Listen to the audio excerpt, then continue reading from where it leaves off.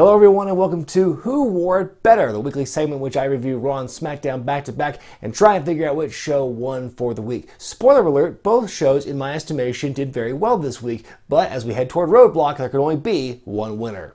Holy crap, Raw this week started out with a match. I can't remember the last time that's happened this year. It's like we're near the tail end of 2016, and this has to be the first or maybe second time all year that Raw actually kicked off with a match. It was a triple threat match for the tag titles, the New Day defending against Anderson and Gallows, and Sheamus and Cesaro win here, and they make history. They beat Demolition for the all-time record for the WWE Tag Team title reign. This was a terrific way to start the show, in my opinion. All three teams bringing their A game here. Anderson and Gallows doing what they do best, just beating people up left and right.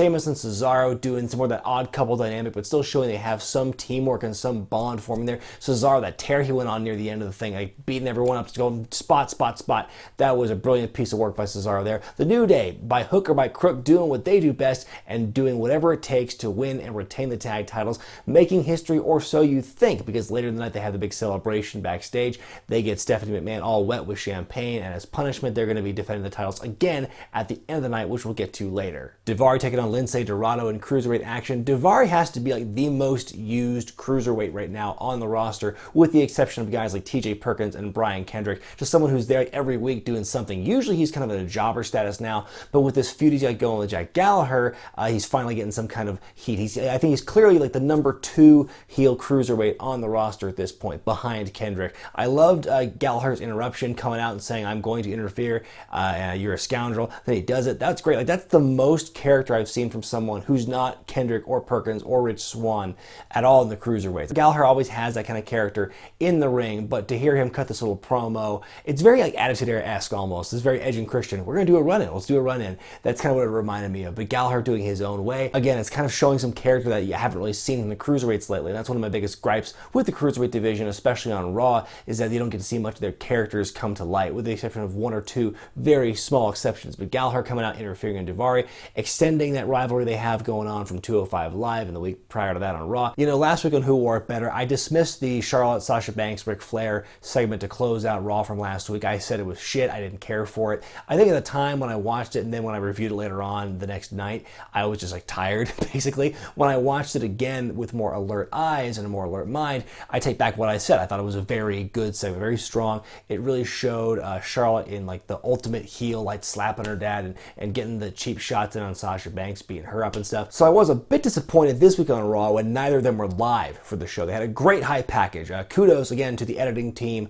at WWE for putting together this amazing package about the rivalry they've had and the big feud ender, the Iron Man match, the 30-minute Iron Man match they're going to have at Roadblock. But yeah, a little disappointed they didn't have any kind of live interaction this week for the final Raw before that match. That's my only little nitpick about it. But I think the pre-tape package they had was amazing. The Rusev-Lana behind closed doors segment was interesting because they explained their actions as to why they beat up Enzo, why they tricked him and everything, and that was great. But then they were like, "Oh, did you really think we were going to show you what we do behind closed doors?" Well, you only advertised it for 2 hours, so I wasn't expecting like to see a live sex celebration part 2 with Rusev and Lana. But my whole thing is, if you're going to be advertising this thing and you know you're not going to follow through on it, maybe don't advertise it. It's the whole bait and switch thing I'm getting kind of sick of. Like, both shows are guilty of doing it, and I'll talk about more of it on SmackDown, but like this was a big example of bait and switch on Raw this week. And speaking of bait and switch, where the hell is Emelina? I mean, they advertised last week she was going to finally show up on Raw this week, the culmination of seemingly endless months of vignettes and promos for her, and Raw comes and goes this week, and she's nowhere to be found. Like, if you want her to debut on the Raw after Roadblock, just advertise, hey, she's going to show up on the Raw after Roadblock. Don't do this thing where you say she's going to show up the week before and then, not deliver. Again, I mean, Emelina is not going to set the world on fire. Whatever's going to happen, I don't really care in the grand scheme of things. But it's just a simple principle of it. Don't advertise one thing and then totally pull it back the next week with no explanation as to why. Sami Zayn taking on Jinder Mahal, but you don't care about this match, you care about what happened before and after the match. Specifically, earlier in the night, Sami Zayn confronting Mick Foley saying he wants a match with Braun Strowman. Foley says no. Sami says he'll take his talents to SmackDown. Foley says we'll work out a trade. Then later in the night, after the Zayn and Mahal match, which again, you don't care about at all compared to this, Foley comes out and makes an announcement about Sami Zayn's trade status. This segment was brilliant. I've said before that Foley's kind of weak in his role as Raw GM, but in these small doses and kind of what he did here with Sami Zayn,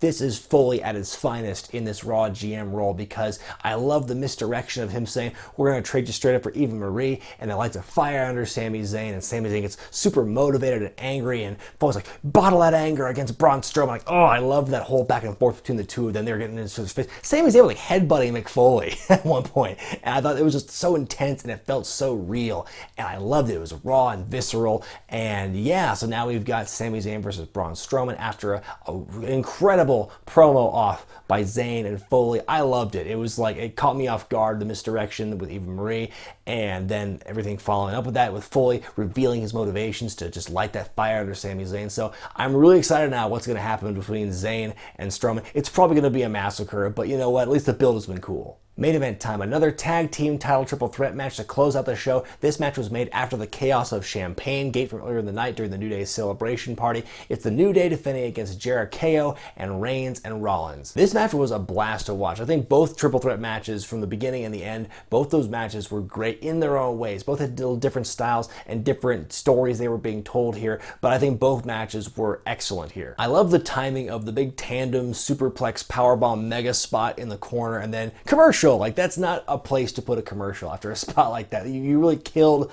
the magic and the impact of a spot like that when you start to commercial, because you know nothing's going to happen right after that. I've said before in my Raw reviews and my pay-per-view reviews that when Xavier Woods is put in these high-pressure situations like the tag title matches, because he's not normally the one to defend the belts, he looks amazing here in this match. He really brought his A game here. I really like the clever booking of Rollins shoving Kevin Owens into Jericho when they had the match won, and so then they have more of the breakup thing happening here. The New Day, they win again. By hook or by crook, they still managed to find a way to win and make history. They beat Demolition's record. After the match, there's a spat between Jericho and Kevin Owens. Kevin Owens, the man who's pissing off moms and making little kids cry. They have an argument, and Jericho audibly says, this is over, and then Kevin Owens turns around, eats a spear by Roman Reigns, and that's when you remember, oh yeah, Roman Reigns is in the main event fighting Kevin Owens on Sunday. Blah? SmackDown kicks off this week by once again postponing the Styles-Ellsworth match.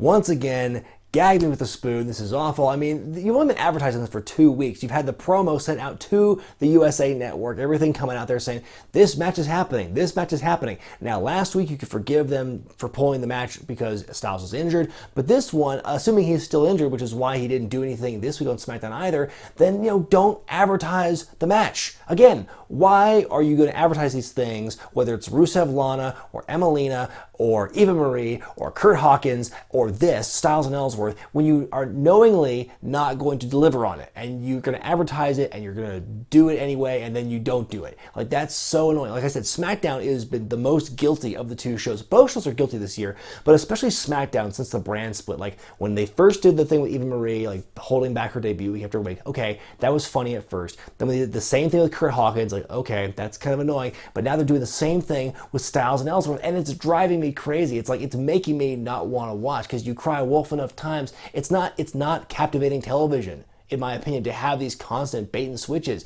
That doesn't make me want to keep watching. So yeah, my point is, if Styles is still hurt, that's fine. Just stop advertising he's going to fight Ellsworth and just wait until he's healthy and then have the match already. Carmella taking on Natalya in the ongoing saga of who shot JR, who shot Mr. Burns, who attacked Nikki Bella at Survivor Series. Again, the way that they're building this to me shows that neither Natalya nor Carmella are going to be the actual attacker of Nikki Bella, because Carmella, they already had their feud. It went on a long time. It's pretty much over now after TLC.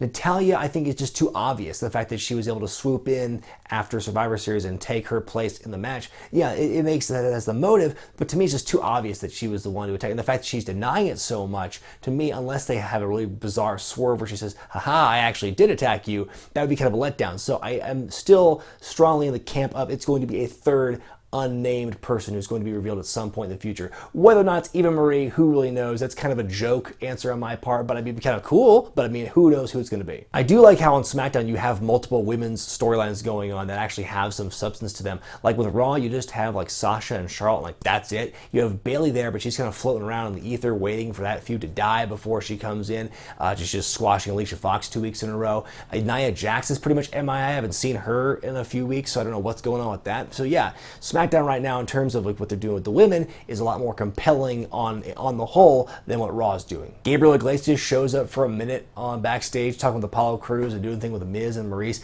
I kind of miss the days when celebrities showed up and actually like did something. A tag team battle royal to determine the #1 contenders for the tag titles on SmackDown. The entire SmackDown tag team division represented all 6 teams that aren't the Wyatts. I've complained in the past about the repetitive nature of the tag division on SmackDown right now, but I actually like the way this match was presented. Like, this is my favorite showing of like those 6 teams so far. Again, the Usos nowhere to be seen. Don't know what they were on Talking Smack, but not on SmackDown. That was really bizarre. But the big shock here, in my opinion, is that American Alpha eliminated early. They were not the last people involved in the match at all. And instead you had Zack Ryder eliminating Connor to win the match for the Hype Bros. So now he and Mojo Rawley are the #1 contenders for the Wyatts and the tag titles. So yeah, I mean, they're postponing the eventual pulling the trigger of American Alpha, and I think that's kind of a good thing. The more they have time to build them up from what they did at NXT, build on that success, I think it's going to be a good thing in the long run for American Alpha when they finally do face the Wyatts for the tag titles. Alexa Bliss comes out, beats up a jobber before the match even really happens. Becky Lynch comes out and demands her women's title rematch. Alexa Bliss says no, Shane McMahon says yes, and the match is on. I thought it was a good match leading up to the finish where Alexa fakes a knee injury to get counted out and just get out of the match entirely. I think it's really cool because you have like your 2 top female heels on Raw and SmackDown. You got Alexa Bliss and you got Charlotte. They're your 2 top female heels, but they're being presented in very different ways. Like Charlotte, like she cheats a little bit, but for the most part, like she's just a heel because she's so dominant. She's like so big and strong. And meanwhile, you've got Alexa Bliss, who is much smaller, and she has to get by on like more blatant cheating, more heelish stuff. I think it's really cool how they're presenting these 2 different female heels in 2 very different ways, 2 very different presentations, which I think is a very strong point for the women's division across both shows. Main event time, fatal 4-way for the #1 contendership for the WWE Championship. You've got The Miz, Dolph Ziggler, Dean Ambrose, and Luke Harper rounding out the group, which I thought kind of came out of left field in the opening segment where Harper just shows up and inserts himself into this thing. I mean, considering everything going on with Bray Wyatt, Randy Orton, and the conflicts and the things going on with that, seemed kind of weird that they kind of brought him into this thing in the main event picture. It might be just a temporary thing, but I did like his insertion into the picture because, hey, you know, it kind of reminds people, hey, Luke Harper is still a really cool, competent singles wrestler. Anyway, hell of a match. Everyone did a great job here. Miz was the first one to be eliminated. Luke Harper getting eliminated after getting a super kick and dirty deed, so it makes him look super strong. The fact he had to get hit with 2 finishers in order to be eliminated. The Miz comes out after being eliminated, distracts both Ziggler and Dean Ambrose, but he manages to hold on to Ambrose's leg and get stomped a bit, and then that's the distraction needed for Ziggler to win with a super kick and become the #1 contender. So thank God James Ellsworth wasn't involved in the finish of the main event for the first time in what feels like forever. So yeah, Ziggler is now the #1 contender to AJ Styles' title. They're going to fight at the last SmackDown of the year for the belt. Fun little fact, in the 6-pack challenge that they had this summer to determine who would fight Dean Ambrose for the title at SummerSlam, Ziggler beat AJ Styles with a super kick to become #1 contender. I don't know if they're going to build up on that and maybe bring that part of the history up in their build toward this match, but I think it'd be kind of cool if they did. I'll tell you what though, when they do have their match and when Ziggler does lose, it's going to be a great match to watch. Time now for me to decide who wore it better, Raw or SmackDown. You know what? I'm excited about this because, like I said at the top of this segment, both shows, in my opinion, were very, very good. I think they were very strong. Ultimately, though, I have to go with Raw on this week, and let me tell you why. I mean, I love the fact that they bookended the show with 2 really strong triple threat tag title matches. By the end, the one with Reigns and Rollins and Jericho, I was even thinking to myself, oh my God, are they really going to change the titles like right before Roadblock and like right before they break the record? They might do it. Oh my God, I didn't even know. The furthering dissension between Owens and Jericho, that stuff going on there. He had the great character building with Jack Gallagher in the Cruiserweight division, that great run-in he had in the match with Daivari and Lindsay Dorado. My God, the Sami Zayn, Mick Foley stuff, some of the best promo work I've seen pretty much all year from both these guys. I thought it was great. Like I said, Mick Foley truly breaking out and shining in this week. Overall, Raw really held my interest across all 3 hours, which is kind of a rare thing to have happen. I think the fact that they began and ended with those big triple threat matches was a big contributing factor to that. SmackDown, like I said, both shows are doing a lot of bait and switch stuff, but SmackDown has just been doing it over and over and over again. And it just, when it comes to the main event stuff, to me, that really just wears on me and that really sours me on the overall product. That pisses me off, honestly. Like, you get this thing over with. That's all I'm saying. So yeah, I'm going to give Raw the nod this week. It was a very tough decision, but ultimately I have to go with my gut and say that Raw won, just because overall the show, I think there were a lot of different crisscrossing storylines going on. Again, the 2 triple threat matches were amazing. The promo stuff with Foley and Zayn, the great hype package between Charlotte and Sasha Banks, even though they weren't there live, the promo package that they had there for their match, I thought was top notch. So yeah, Raw again gets the nod for me. Let me know what you thought about Raw and SmackDown SmackDown this week in the comments section below, and don't forget to vote in the upper right hand corner of your screen. Be sure to thumbs up this video if you like it, subscribe to Wrestling with Regret, and buy the t-shirts at ProWrestlingTees.com. And don't forget tomorrow my review of Santa with Muscles. I think you're really going to like it. I'm Brian Zane, and I'll see you next time.